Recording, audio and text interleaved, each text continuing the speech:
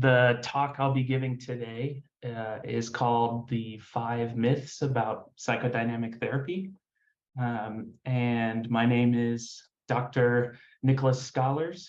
I work at the Utah Center for Evidence-Based Therapy. I am a licensed psychologist in the state of Utah. My primary team at the Utah Center for Evidence-Based Therapy is the assessment and testing team, where I provide comprehensive assessments for children and adults. But I also see patients on the anxiety and mood team, as well as the trauma, stress, and resilience team. I'm also interested in neuropsychology, so I'm currently completing coursework in behavioral and cognitive neurology. I graduated from George Fox University back in 2021, and my APA internship was at St. Elizabeth's Hospital in Washington, D.C. It was a forensic inpatient unit over in D.C. So that's just a little bit about me, so y'all at least know who's talking to you. The agenda for today is going to accomplish 3 things. The first thing I want to do is I want to define psychodynamic therapy for folks who may not know what it is. I think we all tend to, know sort of that it's about like unconscious feelings and things like that, but I kind of like to get a little bit more specific for y'all. I think one of the chief reasons why the different theoretical camps have trouble dialoguing with each other sometimes is that we don't really understand each other. So my first hope would be that I can kind of make some of those core psychodynamic principles understood. Secondly, I want to share with you 5 myths about psychodynamic therapy.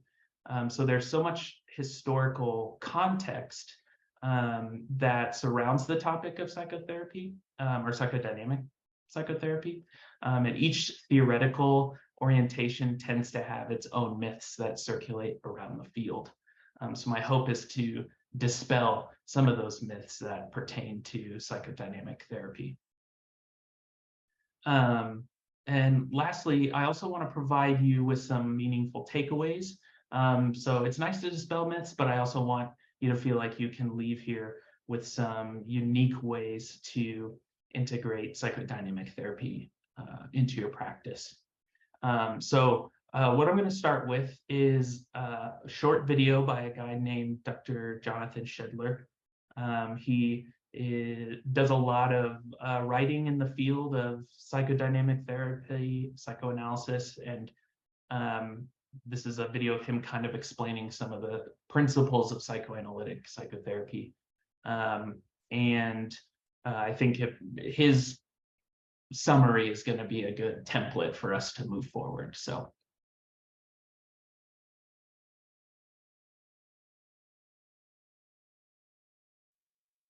Okay. So yeah, that was Jonathan Shedler. You may have noticed he has a few biases about other theories. I don't necessarily hold those same ones, but I do think that his views on like how to teach psychoanalysis are very helpful. So yeah, he does a lot of public speaking and education surrounding psychoanalytic therapy. And if you were sitting there thinking while watching the video and you're hearing him say like, we focus on emotion, and you're thinking, well, all theories think about emotions. I was taught how to do that. Or all theories care about our relationships.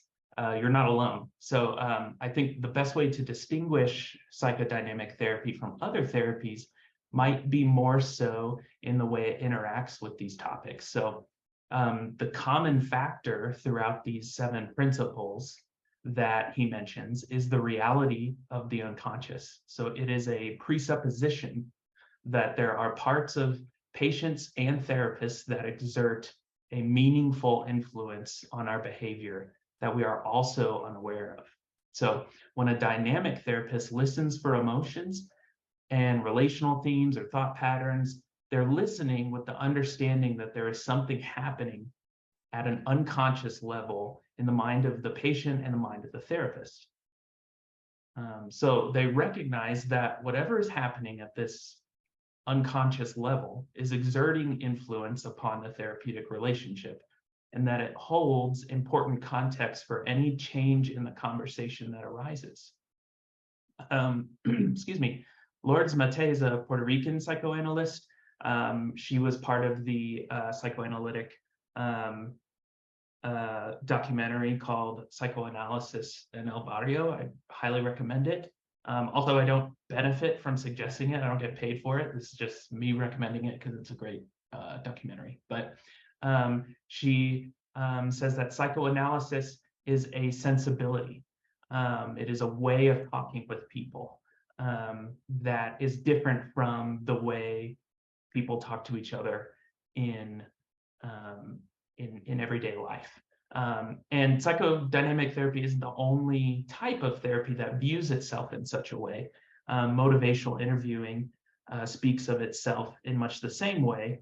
In their seminal book, Miller and Rolnick, they say that motivational interviewing is done for and with a person. It is an active collaboration between experts. It's a style of talking with people. And psychodynamic therapy is very similar. So I think it can be difficult to understand by folks who maybe came up in more behavioral circles and don't have a lot of exposure to the dynamic world.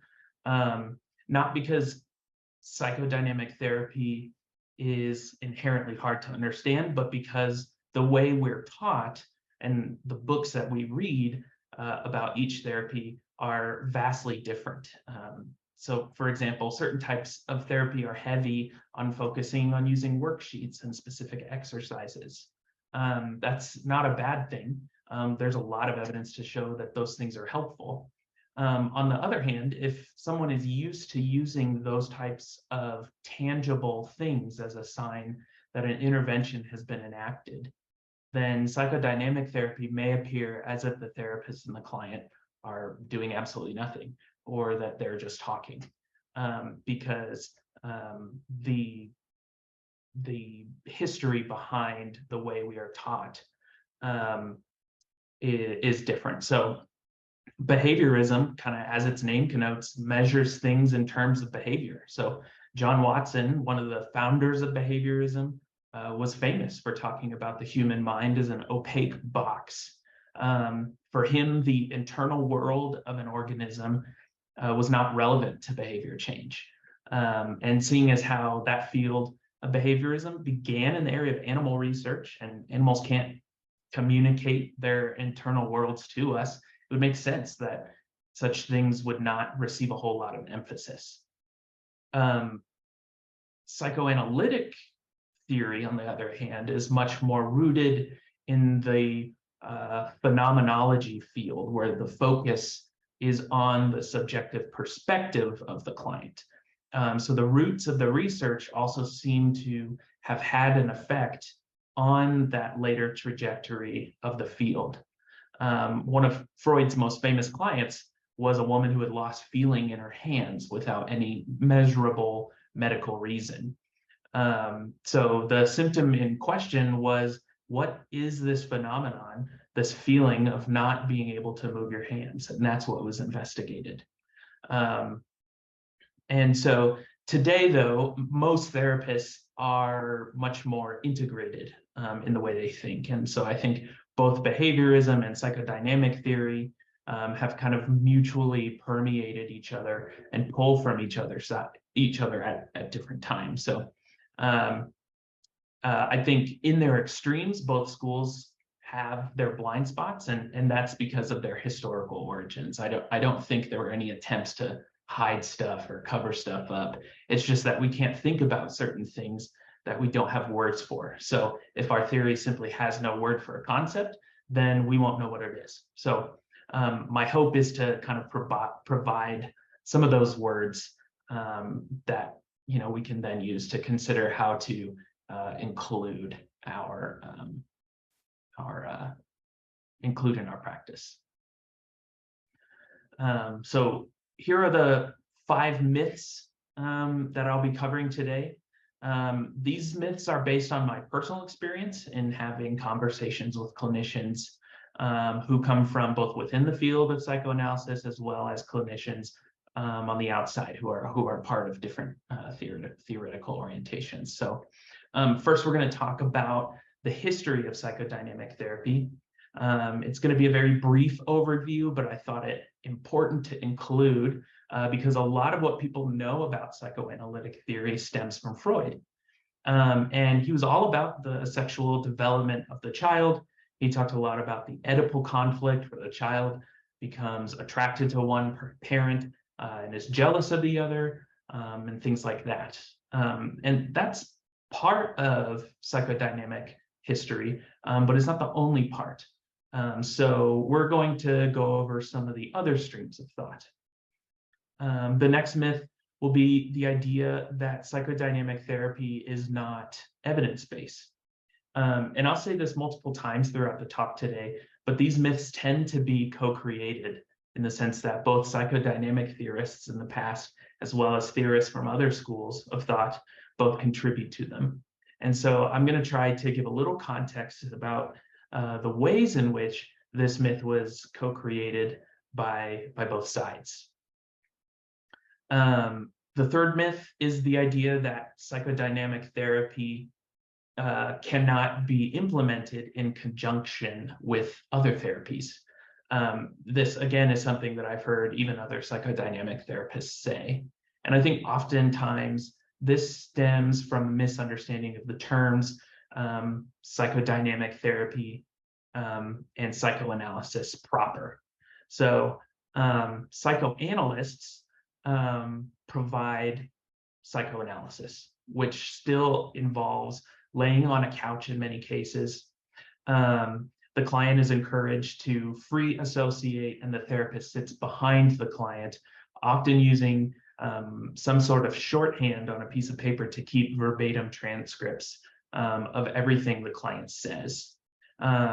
With the advent of more trauma-informed practices, psychoanalysis has become much more amenable to not using the couch, just because of how that can be triggering for folks to kind of have someone sitting directly behind them. So, but if those factors are not present, the couch is still often used.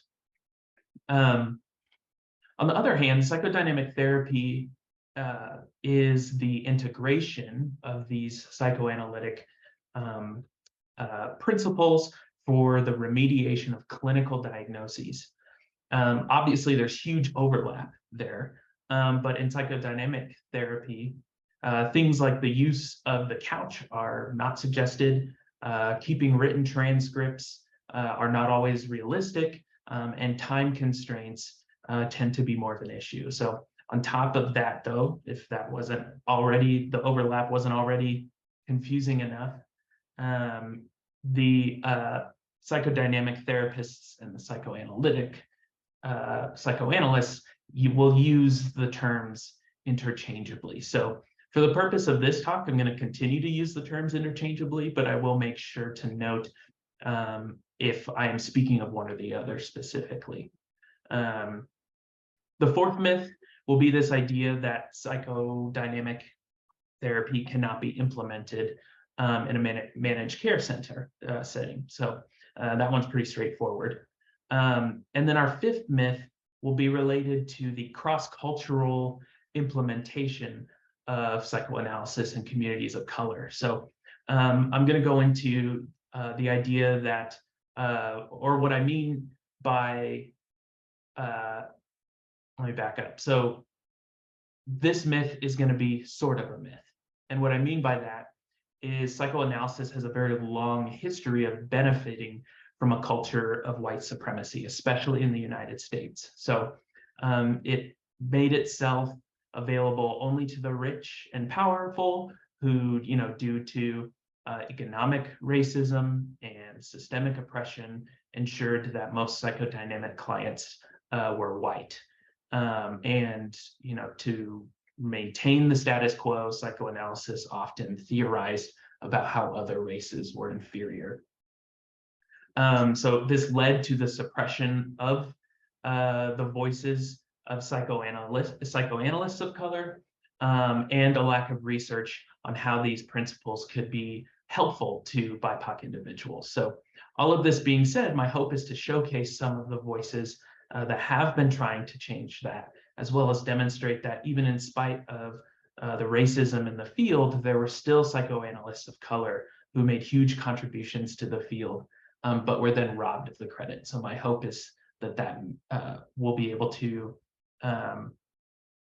address the myth that psychodynamic therapy continues to not be applicable. I think based on a lot of the contributions from psychoanalysts from diverse communities, they're providing a lot of change for that.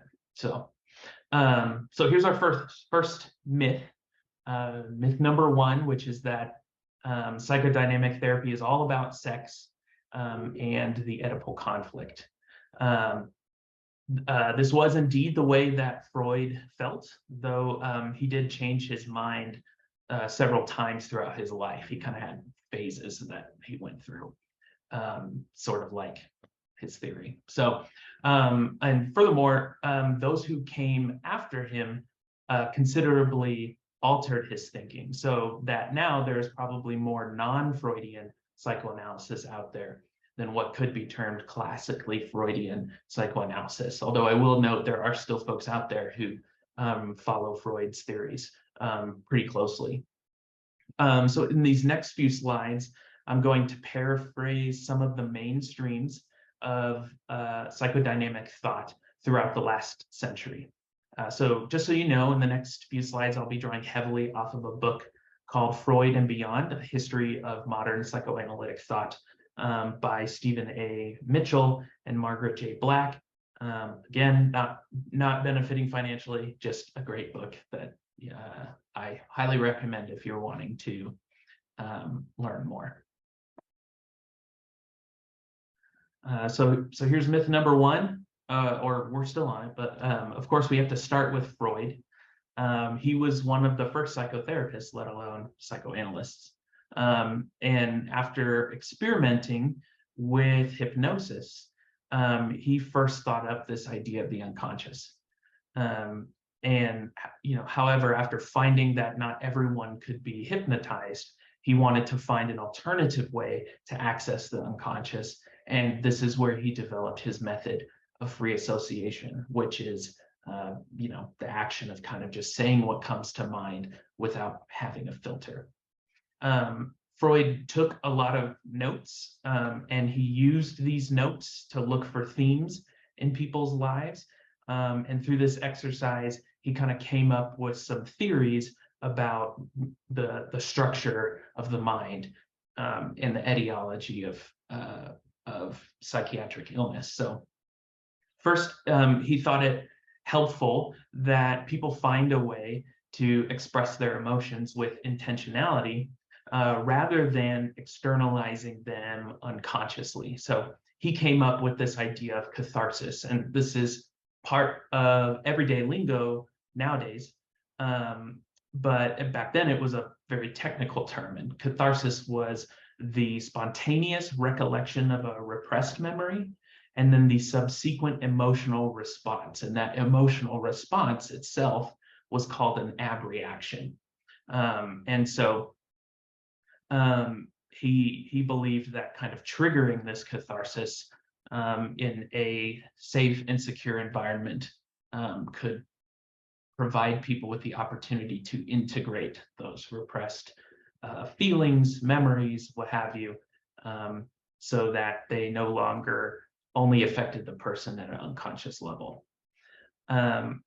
Second, he also thought that the specific ways in which mental illness manifests in a person's life is based on a combination of their present circumstances and their past circumstances. So you can see here, I'm trying to take Dr. Shedler's principles and kind of track their development throughout history. Freud focused heavily on the historical context of a person's mental health symptoms. And as he listened and talked to clients as they were free associating, he noticed this trend whereby clients would begin to relate their symptoms to past relationships. And so this kind of triggered his developmental focus on things. And Freud was also one of the first people to encourage therapists and clients to be curious about one's fantasy life. So he viewed these fantasies that came in the form of dreams or daydreams as having a meaningful contribution to what was going on in the client's life and how it was impacting behavior. You may notice that fantasy is spelled a little bit different. And in the literature, this PH fantasy, as I call it, tends to refer to the psychoanalytic idea of fantasy, whereas fantasy with an F tends to refer to, like the type of fantasy you might find in a Tolkien novel or something like that. So, yeah, that's just like a little factoid for you. So, discussing dreams for therapy now is actually not all that uncommon. I think the media has even kind of primed our clients, at least some of our clients, to assume that they need to talk about their dreams in therapy. And this can be very helpful, and Freud certainly thought this. He wrote a whole book on it called The Interpretation of Dreams. And through the exploration of fantasy life, Freud thought that the analyst could discern unconscious facts about a client through the symbolism present in these fantasies. And this kind of highlights his core goal for therapy as a process of making the unconscious conscious. He thought of himself kind of like a psychological archaeologist, where you're digging through these layers of past history and trying to uncover these artifacts and reconstruct, what was going on at a certain time. And that was really what Freud thought could cure mental illness. And cocaine. He was big on cocaine, which now we know is not helpful. So, but Freud could only live so long, so he changed his mind throughout his life. And by the time he died, there was a lot of academic dialogue about psychodynamic theory, but there hadn't been a resolution, and there still isn't one. There's still a ton of dialogue that is going on in the modern day. But it would be his daughter, Anna, who continued the legacy of psychoanalysis. She would go on to be a psychoanalyst herself and develop the principles of ego psychology. So Freud Sr. first coined the term of ego, but it was Anna Freud who kind of explored the way the ego works in depth. And she saw the ego as having an evolutionary function. So when she observed the biological sciences that academics were talking about, homeostasis, which is how the body maintains itself in a way that is healthy, and how the maintenance of homeostasis allows for the opportunity for an organism's genes to be passed down. And Anna thought that the ego might serve a similar function. So rather than maintaining a steady heartbeat, though, the psychological form of homeostasis would be maintained by some form of defense mechanism.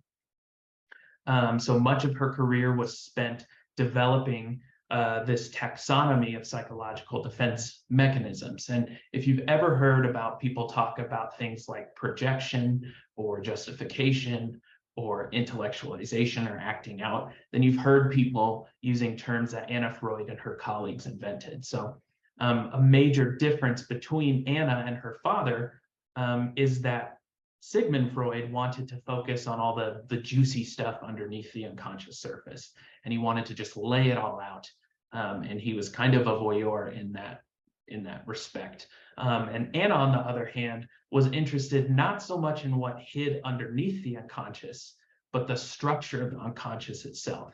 And this goes back to kind of what Jonathan Shedler was saying in the video, of why is there a wall here? How is it constructed? She wanted to know how the mind organized itself in a way that was helpful for psychological and even physical survival. Overlapping with Anna Freud was a guy named Harry Stack Sullivan. And he saw a lot of promise in psychoanalysis as well, and he made huge contributions to the way that we think about relationships as they pertain to the formation of the mind. So Freud had initially thought that the prime motivation behind all behavior was sex and violence. Sullivan disagreed and instead thought that the prime motivation surrounding human behavior was the avoidance of anxiety and the maintenance of comfort. And the Freuds, including Anna Freud, had thought of defense mechanisms as a way in which the mind curtails our lustful and violent urges. But Sullivan said that defense mechanisms were ways in which people learn to avoid rejection as children and seek comfort growing up. So he called these habits security operations. And an example of a security operation can be seen in this sort of stereotypical presentation of hypermasculinity. It's the pattern where when someone is sad, they manifest those feelings as anger or violence. And so the logic behind this hypermasculine way of thinking is that people are told that they cannot show sadness. If they show sadness, if they're crying or something like that, then they'll be rejected or ridiculed, and this cuts them off from social support, or at least it creates that perception. And sometimes if the other people are also hypermasculine, it's true.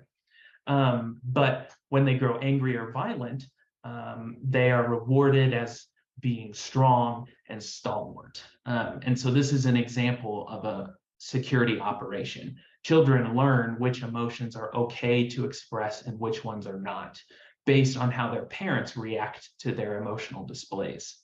And if that happens early enough, then the children in turn stop consciously entertaining certain emotions because they do not want to be shunned or punished by their parents. And again, if their parents are not mirroring back those emotions, then the kids they don't even learn the words through which they can narrate these emotions. And in that way, they're unconscious because you can't put them into language. And this created a new theory that consciousness is socially constructed and not just the product of brain development like Freud and those who came before thought. Another major player was Melanie Klein. She was particularly interested in Freud's dual instinct model, which is referring to Freud's theory that, we've talked about it already. Human behavior is the product of a sex drive and a death instinct. However, instead of having the ultimate goal of discharging our sex drive or satisfying our violent urges, Klein believed that the drives were built on the concept that all infants begin with this somatic awareness that they are completely reliant on, outside forces to keep them alive. And this creates a knowledge that death could come at any moment if those outside forces, that is our caregivers, fail them.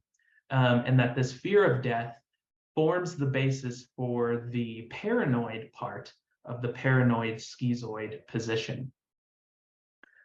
So given this fear of death, infants and young children begin to form a cognitive model for determining things that are safe and things that are not safe.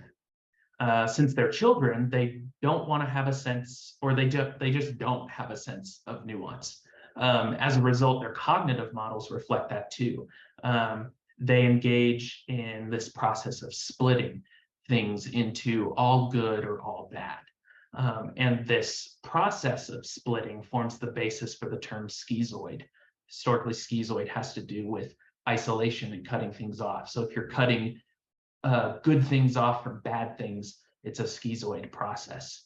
And so paranoid kind of reflects the the internal state of the child, and schizoid kind of reflects the defense mechanism they use to kind of regulate those fears of death.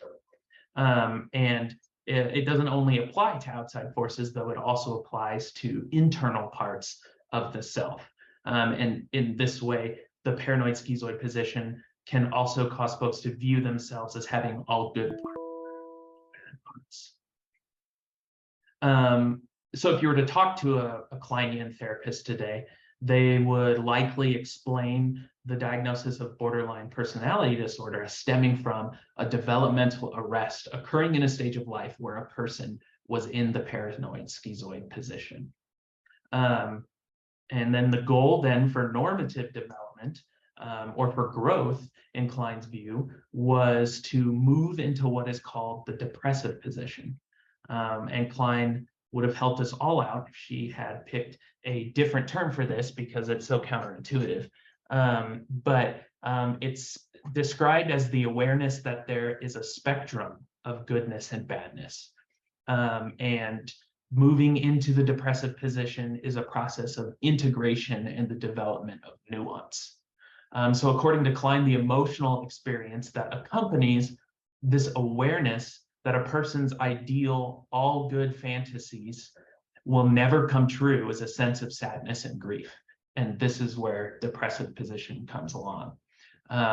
So essentially, the depressive position allows people to move from feeling alternating feelings of anger and self-loathing to the capacity to feel grief. So in therapy, the goal of resolving a person's presenting complaint would be to some extent involve helping a person grieve the loss of this idealized fantasy, whether it's a dream job or the perfect partner, or maybe they thought they were going to get into one college, but they got a rejection letter. Like, these are all idealized fantasies that are now gone. And so the process of grieving it is actually a movement into growth. So, and not only the capacity to grieve, but also a capacity to grieve some things even as you celebrate others, because there was this understanding that because time is progressing, there's going to be certain things ending and certain things beginning at all times. So having the ability to continually grieve, but also have joy and celebration in your life was considered kind of a chief therapeutic goal for Melanie Klein. If any of you practice acceptance and commitment therapy, you may see a lot of correlates between this process of acceptance and committed action and what Dr. Klein was saying here. And Melanie Klein kind of fell in the middle of this object relations school. This is a kind of family tree of psychoanalytic relationships. So Salvador Ferenczi was a contemporary of Freud, and Ferenczi was Melanie Klein's analyst. Melanie Klein would go on to be Wilfred Bion's analyst. And so they're all kind of connected in this way. There's other object relations folks too. They're not all related in this way, but this is just a curious connection that they all have. Ferenczi differed quite considerably from Freud, even though they were contemporaries. He did not believe that the drive behind human behavior was the discharge of sexual and violent impulses. He believed that the primary drive for human behavior was connection and the experience of unconditional love in the eyes of an other, a big O other. So Ferenczi was actually really close friends with another analyst named Otto Rank, who later mentored Carl Rogers. So Rogers actually credits his theory that unconditional positive regard. He credits that partly because he developed it with Otto Rank, who first started thinking about it in conjunction with Salvador Ferenczi. And we've already talked about Dr. Klein here, so I'll skip over her here. I more included that to show the continuity of thought. But Wilfred Bion is, along with Klein, one of the major players of the object relations school. In fact, you'll often hear references in the psychoanalytic literature to kind of Kleinian, Bionian theory because the two are so closely linked. Bion contributed much by way of therapeutic theory and technique. He built on the idea of Klein's developmental pathway from the paranoid schizoid to the depressive position. And he theorized that one of the chief roles of a caregiver was to teach their children how to regulate their feelings. And this occurred beginning at birth. So to Bion, parents function similarly to the way a mother bird would function when she chews up food and then gives it to her baby birds. To Bion, children are not born with this innate sense of emotional awareness. They experience emotions in the form of somatic states, but just due to their brain development, they're not capable of the higher order processes, like thinking about how I am angry and what caused it, et cetera, et cetera. Instead, children kind of learn that they're angry by having their caregivers tune into those emotions and say, I can tell you're angry. And in this way, the child provides the caregiver with this raw emotional material, and the parent metabolizes that material like a mother bird chews food, and then reflects it or regurgitates it back to the child in a developmentally appropriate way that the child can cope with. And Bion believed that one of the ways a therapist can help a client along this developmental pathway from paranoid schizoid to the depressive position was to provide one's client with a similar experience. And so hence the therapist becomes a paternal object or a stand-in for the client and provides healing through the way the therapist relates to the client. And this kind of forms the basis for the name object relations school. Bion is notorious for being a little bit computational in his thinking. He's famous for creating what is called Bion's grid, which is a tool designed to establish a common language between theories of psychotherapy. It focused on the process of how therapists relate to their clients rather than the content of what the client and therapist talk about. This is a picture of the grid. I'm including it here more to demonstrate the fact that how notorious Bion is, even amongst other psychodynamic theorists, for being difficult to understand. So I'm not quite sure that I understand the grid even. So for example, he somehow is trying to incorporate calculus and algebra into the therapeutic process, which is completely beyond me. And so that being said, he did contribute meaningfully to the object relations school. He wrote much more accessible material. I would not consider this grid to be important to therapeutic work in any way. It's more of a curiosity than a teaching slide. So we're moving forward in history. We have Heinz Kohut here. He was a major player in the stream of psychodynamic thought, specifically in the area of self-psychology. So self-psychology theorists, or the theorists that I have already gone through, dealt a lot with the structure of the mind and the development of healthy emotional regulation. Kohut's main focus was the psychoanalytic conception of selfhood. Another self-psychologist that we might think of is Erik Erikson, who created Erikson's stages of development. Both of them drew on the philosophical school of phenomenology to construct this theory, which again is a focus on the subjective and lived experience of a person. Often in psychodynamic therapy or in literature, I mean, you'll hear Kohut spoken of in relation to narcissism.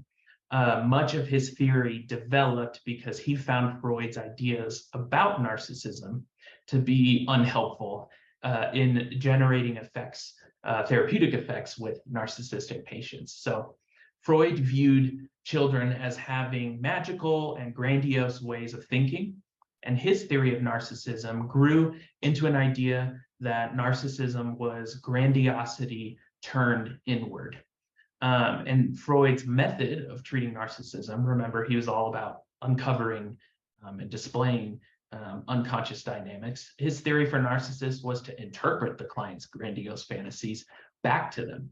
And Kohut found this to be ineffective. As most of you probably know, narcissists are not amenable to being told that they are wrong. So Kohut thought he needed to find a different method. So Kohut believed that narcissism was a disorder of selfhood.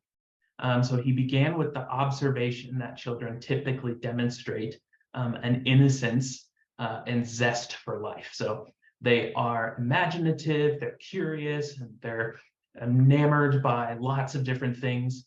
I have a close friend who just had a baby, and you'll sometimes catch her, the baby, just staring at lights as if they're the most interesting thing in the world. And Kohut believed that children who by nature engage in magical thinking create these grandiose narratives as a way of explaining their world. And as they grow up, normative development occurs when they compare these grandiose ideas to reality, and a steady process of integration occurs. They start to see that their magical ways of thinking are better explained by more realistic ways of thinking. But this process of adjustment to reality creates a felt sense of connection to the world. So you are now part of the group known as human beings. This serves an important regulatory function because it creates the feeling that people can go and seek out loved ones and display those emotions and have those emotions acknowledged and validated and recognized as real.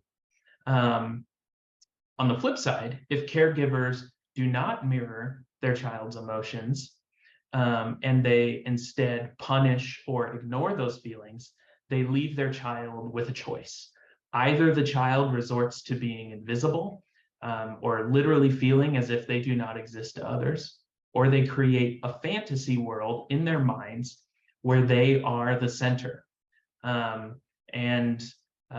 These fantasies tend to be grandiose because in this way, narcissism is a coping mechanism.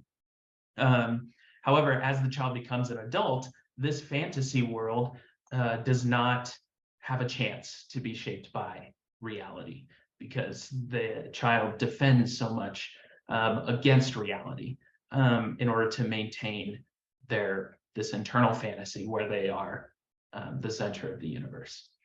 So they retain this sense of magical thinking, and this manifests in grandiose behavior and a preoccupation with the way they see the world and the absence of willingness to consider the perspectives of others.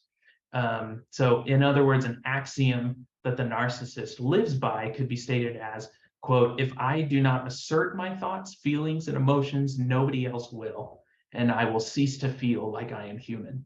So other people then become objects, almost like dolls, and they're tools that a narcissist uses to essentially engage in imaginative play with real people. And when other people assert their views and perspectives and kind of confront them with like, hey, we're not just people that you play around with, this threatens the narcissist's self-centered fantasy. So they react with a lot of anger and ridicule as a way of putting people back in their place, of saying, don't disturb my fantasy. So the greatest threat to a narcissist then is shame. And they'll do anything, even at times kill, to preserve it. So this is why Kohut believed that simply confronting the narcissist was ineffective. Instead, he believed, similar to the object relations theorists, that enhancing or enacting a quasi-parental relationship with the narcissistic client was the key to change. The therapist's role is to recognize the client's narcissistic wishes and desires and validate them. And this is an opportunity to kind of draw a connection between this idea and a common DBT exercise or refrain, where the client is encouraged to validate what is valid, but it's the idea that one can empathize without agreeing. And the therapist is encouraged to do that with the narcissistic patient if you're practicing from a self-psychology perspective. In fact, this was the key to change, was to validate what was valid. And he operated like a humanist in the sense that he believed that therapy was an iterative process where you just continue to validate what's valid and also make note of reality. And that this creates therapeutic conditions where the narcissistic patient naturally begins to relax their defenses and not feel the need to assert their views on the therapist. And then once this happens, the client feels safe enough to let their guard down and engage in that process of comparing their internal world with reality. And Kohut viewed narcissism not as one characterization among many, but a necessary stage of early childhood development. And this is similar to Jean Piaget's stage of magical thinking that we all learn about in our Psychology 101 classes. So for Kohut, therapeutic change took place by acknowledging the feelings and perspectives of the client as real events, and this fosters a sense of connection with others and serves as the concrete function of allowing them to access social support. And then our last stage for myth number one is probably the most recent one, which is the theory of relational psychoanalysis. All of the theories that we have talked about prior to this one either view the therapist as a neutral observer, like Freud did, who kind of dissects the client's mind from a distance, or the role of a quasi-parent in the case of object relations and self-psychology. In each case, the therapist's own subjective experiences are kind of bracketed off in the therapeutic moment. At least they're bracketed off from the patient. And in relational psychoanalysis, it developed out of the idea that the possibility of bracketing off a therapist's subjectivity in the room is impossible. The therapist might convince themselves that they're being objective, but all they have done is push those bracketed off forces underground. At worst, this creates a dangerous blind spot to ethical care.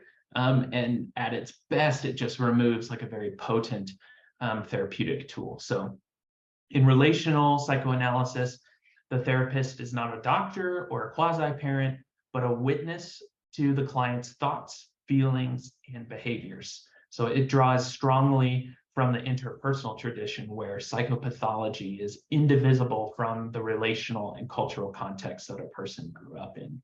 And in this way, the best method for addressing psychological symptoms is by working them out within the therapeutic relationship. So Stephen A. Mitchell here wrote a book with Greenberg back in 1983, where they kind of set up some of those concepts of comparing the drive conflict model to the relational conflict model. Jessica Benjamin, who is still writing, she has done a lot to critique psychoanalysis from the perspective of feminism, and has really addressed a lot of the unfair power dynamics that Freud and older theorists enacted by placing themselves in these positions of more prescriptive psychotherapy. So she also talks a lot about intersubjectivity, which is where the client and the therapist both self-disclose to some extent. It's not like the therapist is self-disclosing private things about them, but more their here and now associations and feelings. So that's myth number one. The key takeaways, as you can see, psychoanalytic thought is a lot broader than what has initially been thought, unless you're within the field itself. and you'll likely have recognized parallels with other theories. Again, I think this kind of stems from, or the reason that not everybody knows this history is it's not integrated because of a difference in lingo between the different fields. So the second myth is that psychodynamic therapy is not evidence-based. And I think, again, part of this myth is self-inflicted by dynamic authors because evidence-based treatment tends to be a flashpoint topic for some psychodynamic therapists. And I think that can be a root of misunderstanding. So historically, psychodynamic therapy developed within the psychiatry profession, especially at a time where the case study was a frequent method for studying the brain and mental illness, and Freud really stuck to that method. But then, as we all know, Carl Rogers came along and was one of the first big proponents of outcome research, and eventually we started using the randomized controlled trial and pre-test, post-test methods, and the camp that really kind of took that and ran with it was behaviorism again. Behaviorism, unlike psychodynamic theory, got its start in academia and animal research. In this way, they were able to integrate these academic studies a lot better. And so they really got ahead of psychoanalysis in terms of creating randomized controlled trials and things to kind of demonstrate efficacy. I think in this way, each side has been trying to jump this academic clinical divide. I think this can still be seen in the research today, but there's been a lot of really good progress on both sides. So on the side of behaviorism, there is a heavy emphasis on the academic strictures of research, and often the manualized behavioral protocols tend to underperform in real clinical settings because of how strict the trials were. Often dual diagnosis folks or people with comorbid diagnoses are left out of the study, and this increases the internal consistency of the study, but it also makes it less generalizable to the real world. On the flip side, psychodynamic therapies have resisted the randomized controlled trials because of the need to be more structured, and psychodynamic folks are not fans of structure. So my experience of the psychodynamic research is that they tend to accept a lot of people at once. So when they do randomized controlled trials, the results tend to be very externally valid, but that comes at the price of internal validity. So all of this being said, I'm going to walk you through some of the research that shows the effectiveness of psychodynamic therapy. This was a study done in 2008, and they took 11 randomized controlled trials, 12 observational studies. Everybody in the group had had at least 50 sessions of psychoanalytic therapy. They used the effect size of Hedges D, and a score of 0.80 indicates a strong effect. So in relation to comparison groups, they found that the between group effect size was about 1.8, and the within group effect size ranged from 0.78 to 1.98. However, as I said before, this was limited in the fact that it doesn't necessarily generalize to your average person who is seeking mental health services, because 50 sessions of therapy is not always an attainable goal financially or time-wise. So I tried to find one that was a little bit shorter. This one was short-term psychodynamic therapy for common mental disorders. It took 33 randomized controlled trials, and everybody in the group had less than 40 hours of short-term therapy. They computed the standardized mean difference, which is another way of calculating effect size. They found that the short-term effect size was 0.71. The medium term went down to 0.2, and then the long term went all the way up to 1.51. So Again, it's limited by heterogeneity, and it may be partially the reason for why some of these effect sizes are bigger than the ones that I usually see. That being said, I don't think these are so inflated that they're wrong. I just think that the heterogeneity of the study kind of tends to contribute to that.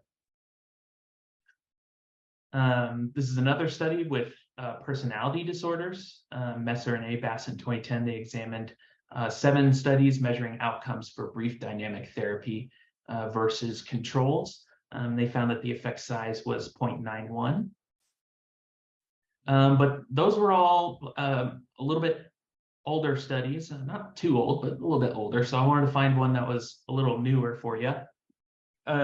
This was a meta-analysis done just a couple of years ago, where there were 22 pre-post studies and 15 randomized controlled trials, and they were done with patients with functional somatic disorders.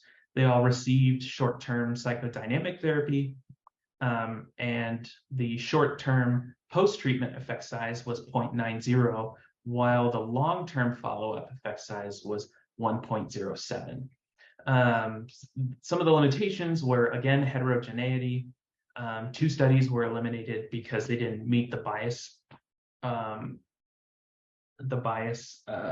threshold.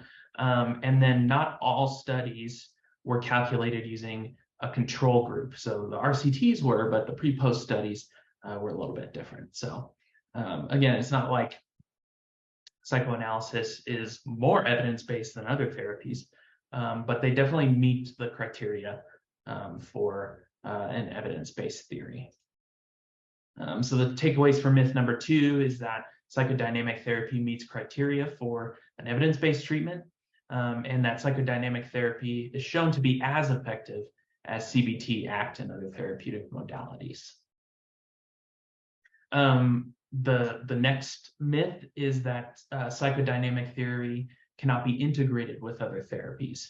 Once again, I think this myth stems from the historical context of psychoanalysis. Beginning with Freud, there's often been a value of doing what is called holding the frame. And the function of the frame differs depending on which subtheory of psychoanalysis that a therapist is functioning under. So for our purposes, we can think of the frame as a set of boundaries that the therapist sets up in order to generate a therapeutic environment. So historically, these conditions were pretty rigidly adhered to. So the idea of integrating other practices and viewpoints was not always accepted. There was kind of a strong reaction to it. That being said, I think in the last 30 years has witnessed a more open attitude toward integration, especially as these other evidence-based treatments have proved their worth. There's still purists out there, and they often attend extra schooling to become those certified psychoanalysts.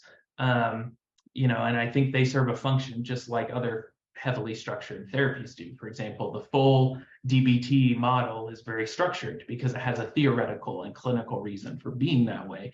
And I think psychoanalysis can be that way too. But for today, my hope is to show you some ways in which the theory, psychodynamic therapy, can be integrated. One example is cognitive analytic therapy. This approach is integrative to the core in the sense that it pays tribute to both psychoanalytic and CBT approaches, though it doesn't really identify as one or the other. So it has a time limit. It takes place over about 16 to 24 sessions. There are set phases of therapy to make sure that the client and therapist are both oriented to where they are in the therapeutic process.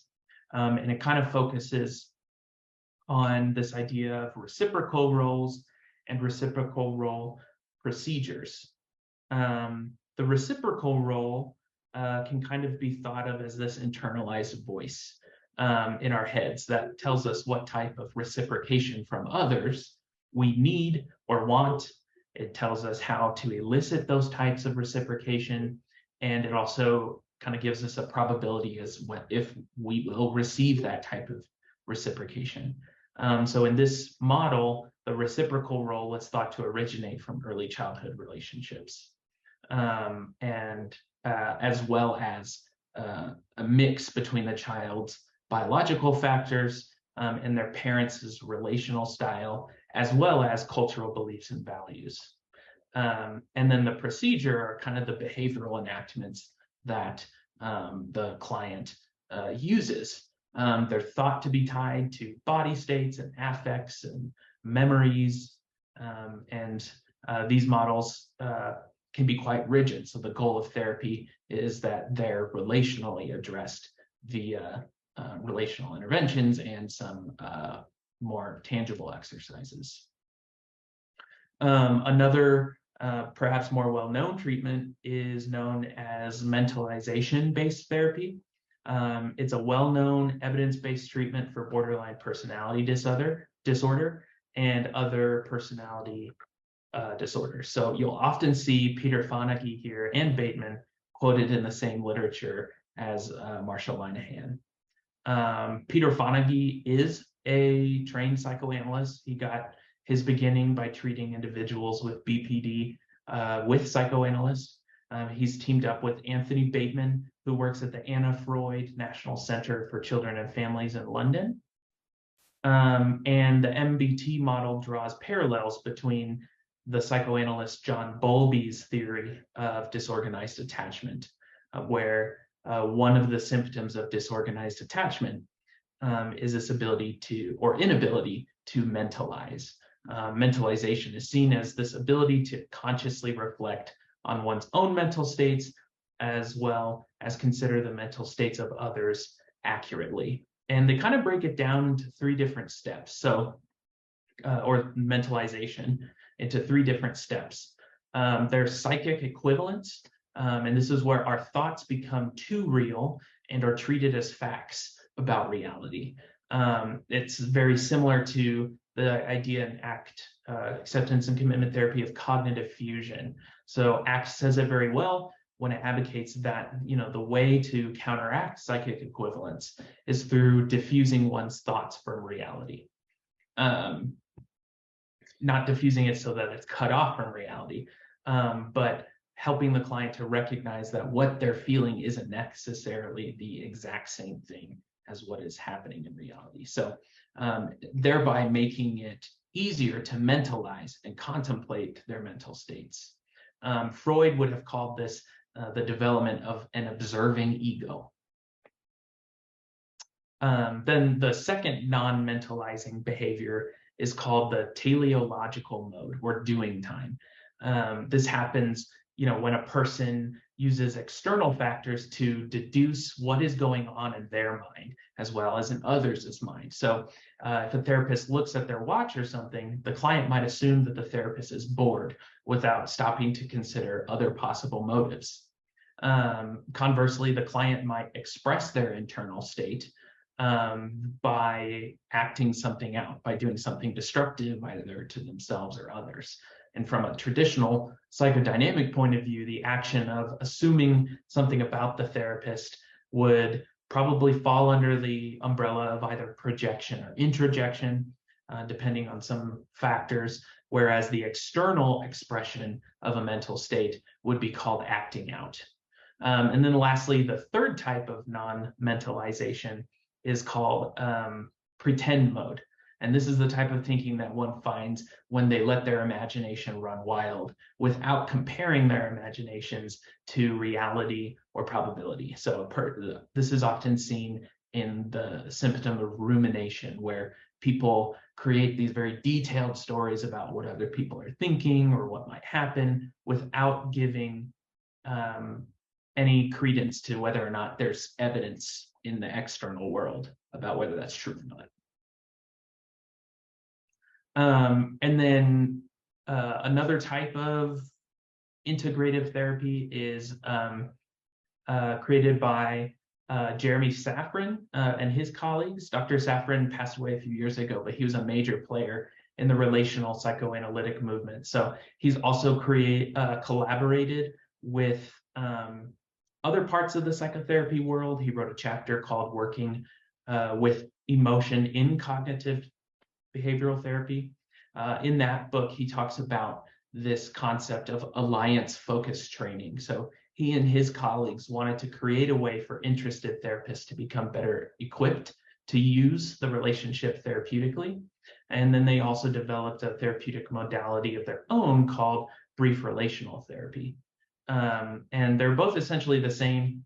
AFT is more geared toward folks who want to remain within the CBT modality, whereas BRT is kind of its own protocol on its all on its own. So they did an outcome study with 128 different patients who had comorbid cluster C and axis 1 disorders, and they compared BRT, CBT, and then short-term dynamic therapy, and they found that BRT was just as effective as both the CBT and short-term dynamic therapy, and that the BRT folks had less dropouts. So that's cool. The fourth myth is that psychodynamic therapy can't be implemented within a managed care setting.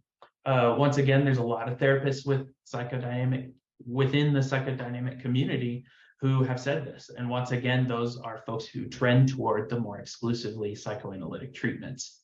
I think in certain cases, it is true that psychoanalysis is not very applicable. For example, if you're working in a primary care psychology setting, it would not be doable to give a client 1 hour, 4 days per week for a period of a year or more. So if that is the standard, then there's going to be difficulties, but there's plenty of evidence out there to show that psychodynamic principles can be implemented within a managed framework just fine. And I'm going to show you some reasons why I think that.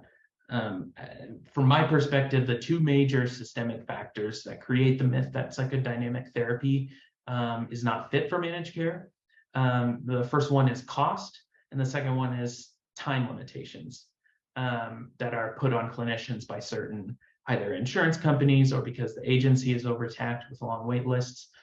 So what I've tried to do here is find some of the cheapest health plans in Utah and see if they would be amenable to some of the protocols that I've gone through. So Utah Medicaid has no limit on session number, and Blue Cross Blue Shield of Utah is a 50% copay for unlimited sessions.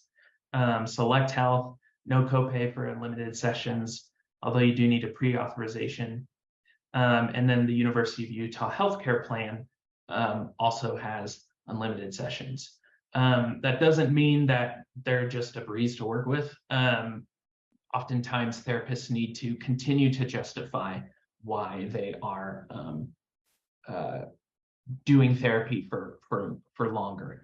But that's not really a thing that is applied just to psychodynamic therapists. That's just the nature of taking insurance. So, and then sometimes even when insurance is willing to pay for it, there are systematic barriers that create the perception that psychodynamic therapy can't be done. So I'm not sure what the VA thinks about psychodynamic therapy, but I thought they served as a good example of kind of a big system that's overtaxed. And, I'm sure that they need to think very carefully about how often they see patients just so that they can make themselves available to a large pool of people.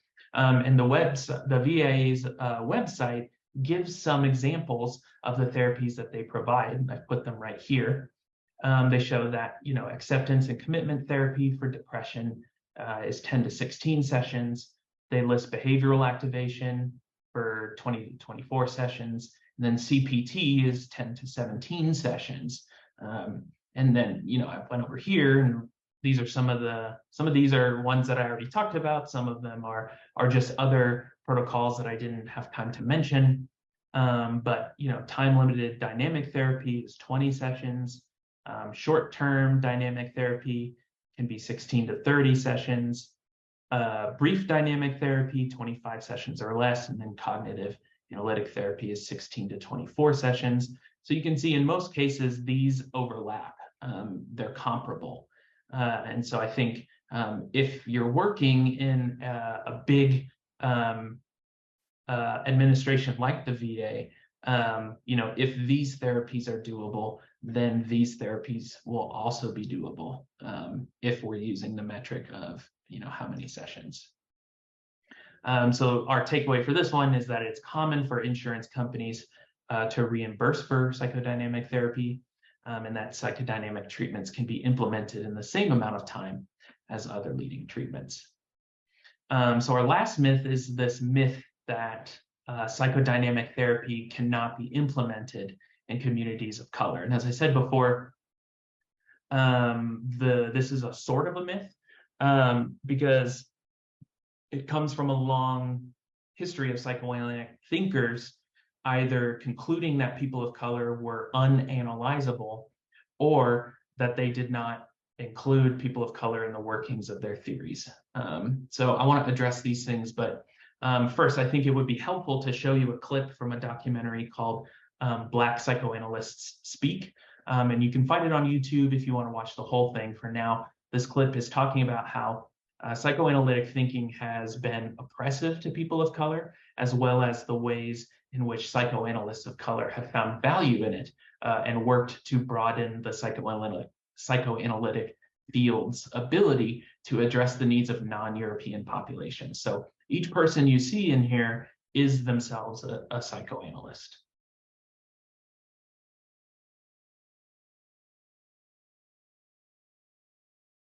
So I hope that I found this documentary and then the other one, Psychoanalysis in El Barrio, very helpful and educational in kind of learning the contributions that analysts of color have made and continue to make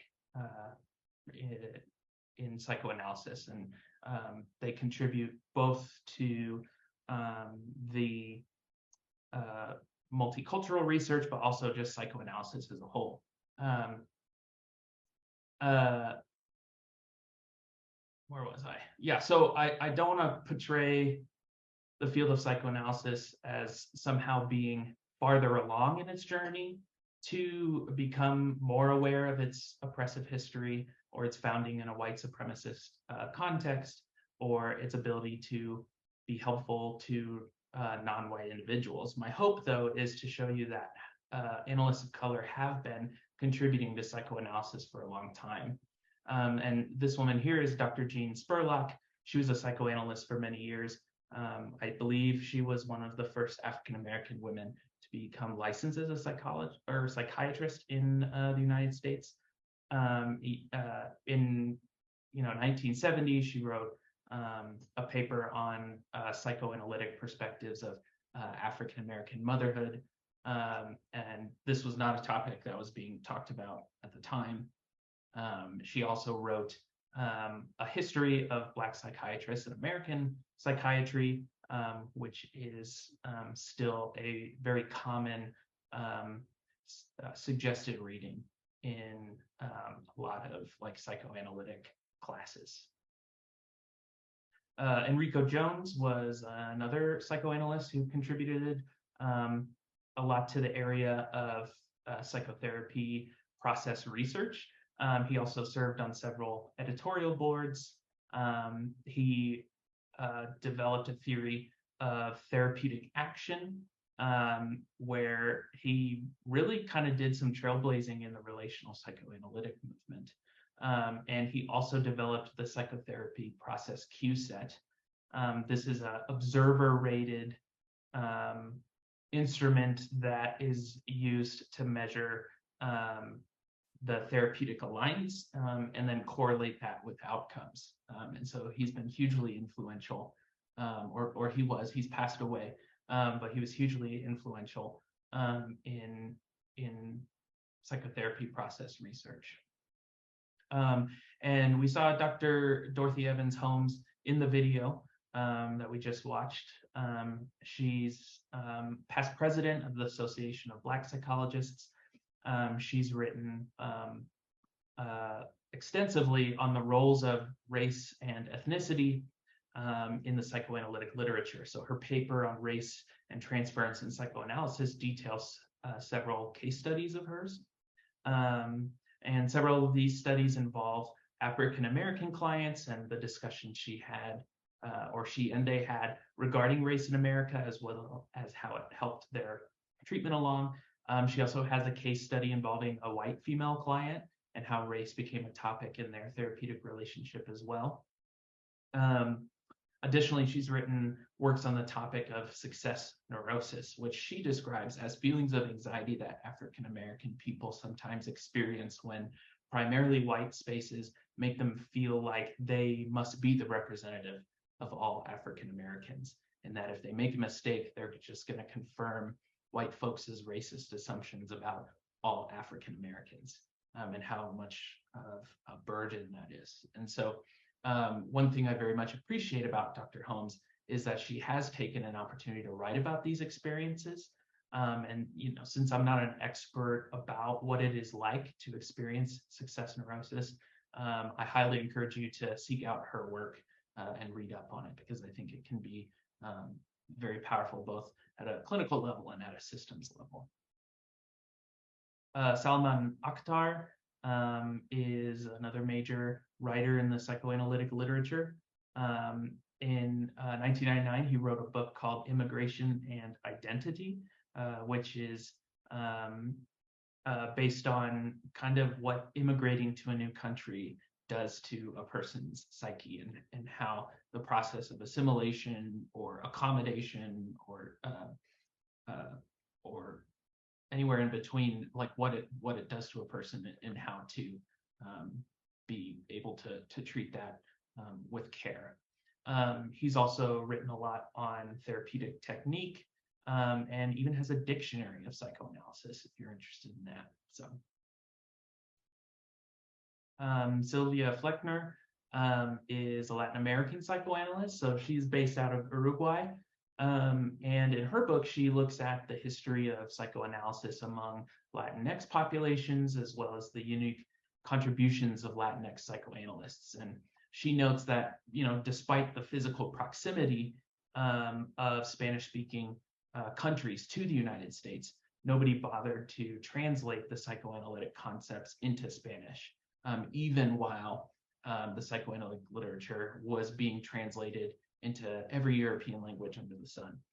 And so her book chapters include sections where Latinx psychoanalysts compare the applicability of European psychoanalytic concepts to Latin American populations.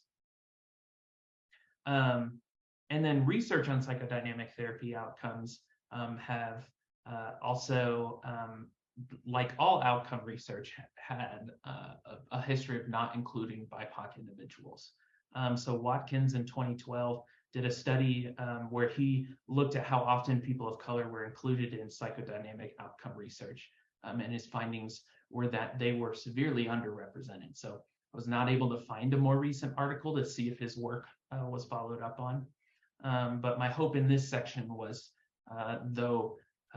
was not to make psychoanalysis look perfect. I do believe that despite its history of being yet another tool of white supremacy, psychoanalysis has also had a meaningful impact on psychoanalysts of color, that they're writing about it, and that I think they've come up with some concepts that aren't found anywhere else, and that they can be very helpful to us clinicians as we learn to consider the ways in which systemic racism and systemic heteronormativity and transphobia, and how those impact our relationships. So now we're on to nuggets of truth. Those were the myths. I want to move on to nuggets. I want you all to be able to come away from this talk with some actionable information that can be integrated immediately into your practice. To set the tone, I want to kind of loop back to the beginning of the presentation and note that one of the main avenues of intervention for psychodynamic therapy is the therapeutic relationship. So where I went to school at George Fox in Oregon, we took a CBT class first, where we learned the triple column, the downward arrow, and how to use a pros and cons list properly, how to set an agenda, et cetera, et cetera. In our next semester, we took psychodynamic therapy. And that class was very different. It began with our professor splaying out a large number of porcelain figurines. And we had to pick one that identified with a negative self-state of ours. And then we put these bags, the figurines in bags, and we crushed them. And so as a way to take out our unconscious rage. And so in my cohort, it was mostly obvious about where people leaned. So some folks loved the structured nature of CBT along with the workbooks and its worksheets. They enjoyed the tangible nature of those things. And then others of us, like myself, loved the affectivity of the figurine exercise. We loved the symbolism of it all. I think while we've all mellowed out now and are more open to integration, I think folks who came up in behavioral therapy sometimes wonder what psychodynamic therapists do in therapy, if anything. And then conversely, psychodynamic therapists sometimes wonder if behavioral therapists have souls. And I think we can both learn from each other if we put these little divides aside, because in reality, I haven't met a clinician who doesn't embody both this commitment to action and also the relationship. Like where I work at UCEBT, all of us are relational. We may have different psychodynamic or ACT or CBT, but I guess what I'm trying to say is in real life, I don't necessarily see these divides. I think in academia, they definitely still exist. And if we listen to that, it can be a little misleading. But what I've done here is kind of put a chart up that compares two APA task forces. APA Division of Psychotherapy Guidelines came up with this idea of evidence-based relationships. And then the APA Division 12 came up with this idea of evidence-based treatments. In most cases, you can see that the effect sizes of each are pretty comparable. The Therapeutic Alliance, 0.5, we have 0.6. Emotional expression is 0.8. That's a big psychodynamic one. Managing countertransference is 0.84. So what they're saying is anytime these are present in the therapeutic relationship, they're going to have a meaningful effect on treatment outcomes. And CBT for depression, I took these effect sizes from studies that the APA Division 12 lists as support for their inclusion in the EBT research. And you can see, again, that they're pretty comparable to different relational characteristics.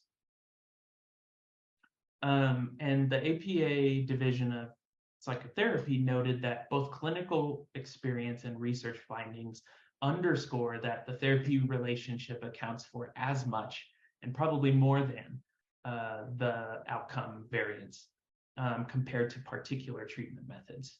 And this is the APA saying this.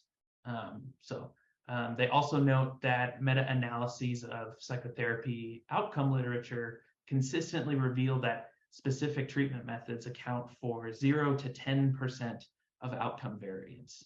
That figure, 0 to 10%, is based on research by a guy named Bruce Wampold, who does a lot of research on the therapeutic common factors. And what he's saying is that in the research in academia,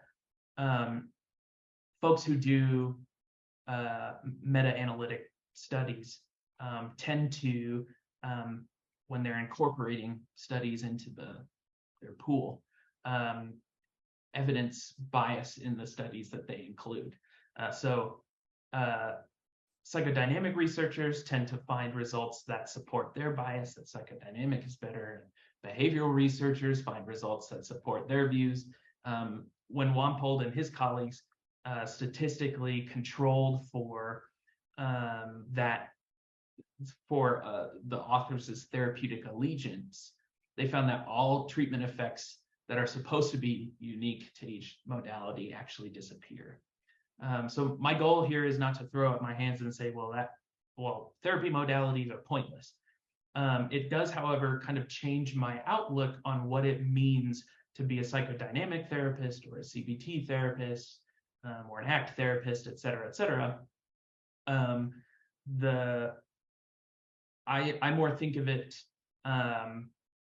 that, we come to a theory because it resonates with us as clinicians more. And it's almost as if when we went through graduate school and clinical training, there was some invisible Harry Potter sorting hat that comes on, descends on us and gives us our theory. And I think the evidence-based relationship research kind of tells the story that the things that make our chosen modalities effective are relational in nature, that they can't be split. So I'm not trying to say that treatment modalities are bad in any way, but just to highlight how dependent their success is upon relational factors. And as we go through these nuggets of truth, the grounding principles are going to be that the unconscious is a real phenomenon that holds sway over our behavior, that the unconscious behaviors of both client and therapist will manifest in the therapeutic relationship, and that those unconscious behaviors are likely to serve the function of maintaining equilibrium in both the therapist and the client's life. So the first takeaway is that as therapists, we need to define what we are doing at a relational level. It needs to have a theoretical grounding. So if the theory we're using does not provide that to us, then we need some sort of supplement. The evidence-based relationship research shows that the therapeutic relationship is too powerful of a variable for us to just ignore it.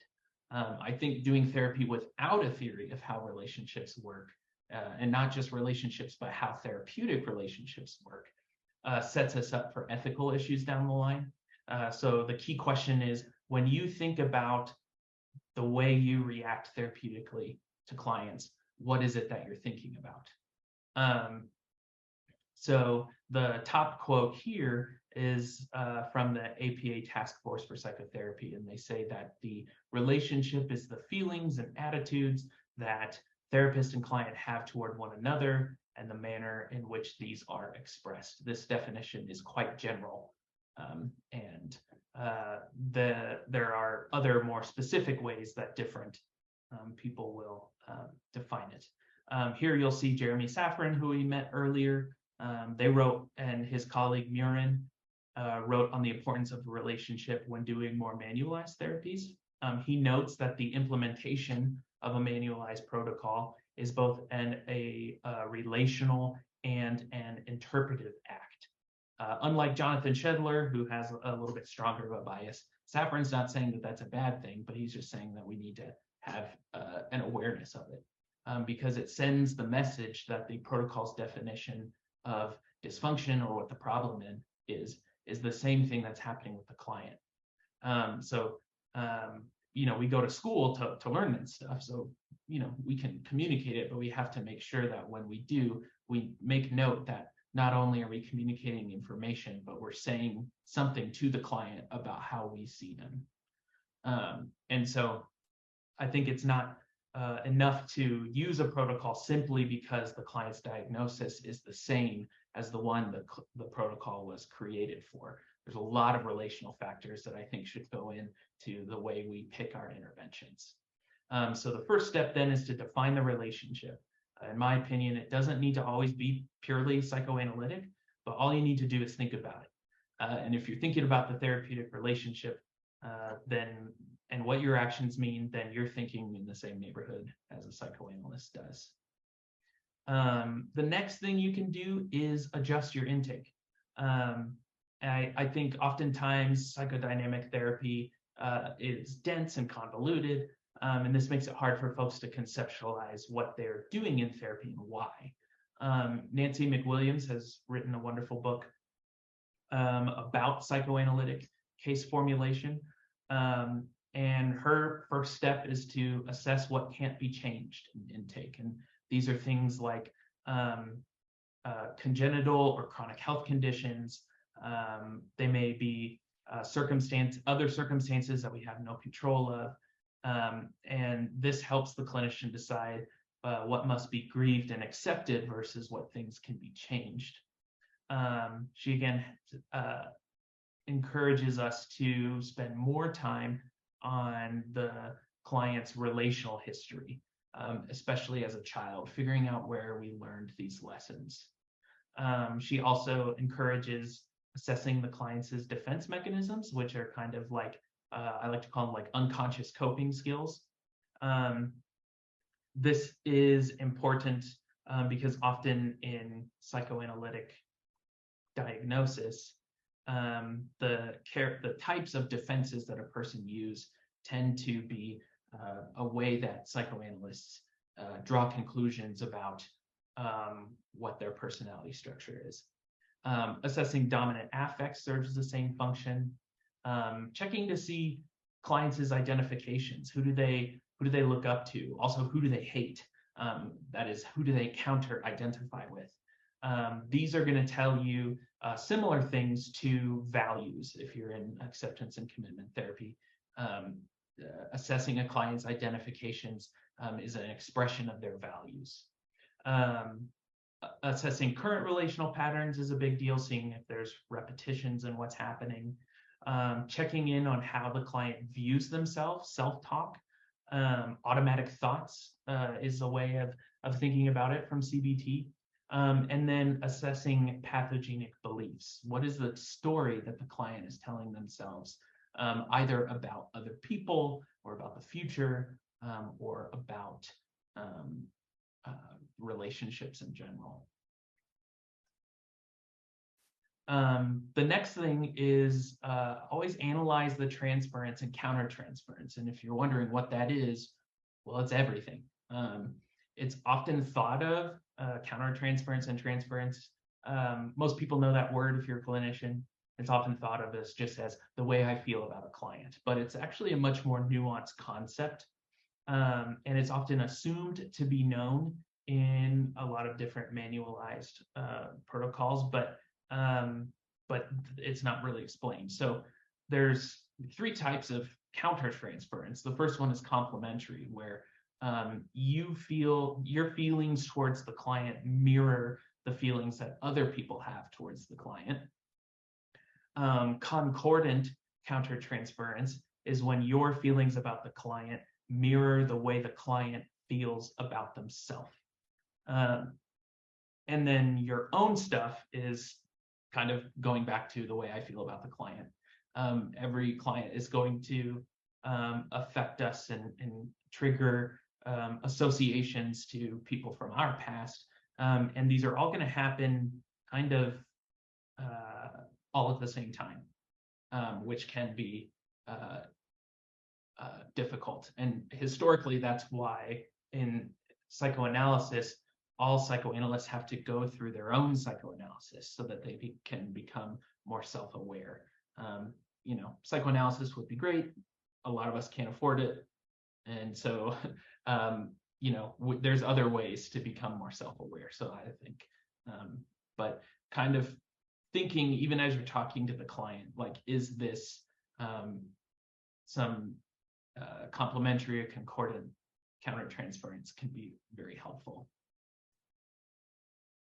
Number 4 is determine your therapeutic stance all the time. So Martha Stark wrote a book called Modes of Therapeutic Action, and she kind of dives into the different change mechanisms that all the theories of psychoanalysis advocate. So the first question to ask yourself is, what is the goal of the client? What are they telling you? And then what is your therapeutic action gonna be? It's not necessarily a specific action, like a worksheet or something, but it's the process. Like, what are you trying to trigger in the client?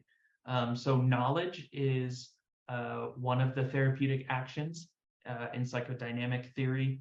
We would call it an interpretation, where we kind of venture, hopefully not too prescriptively, but venture a guess at what might be going on unconsciously.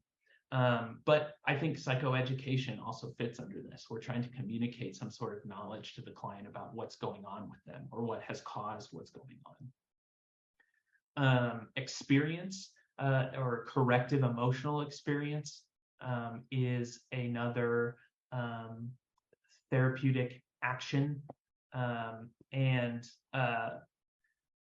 Corrective emotional experiences are experiences that happen in therapy that either provide the client with an emotional experience that they never had, or they allow the client to navigate a common relational pattern with a different outcome. And so in this way, you're standing in for a childhood relational figure. And then relationship is different than corrective emotional experience because as the therapist, you're not standing in. Instead, you are functioning as a witness in the present moment of the pain or the fear or the joy of what the client is experiencing. And rather than reacting based on how theory says a parent should act, you react in a much more congruent fashion, and it often looks like here and now processing. Our last myth is harness enactments. The APA dictionary here, the patient's reliving of past relationships and the transference relationship with the therapist.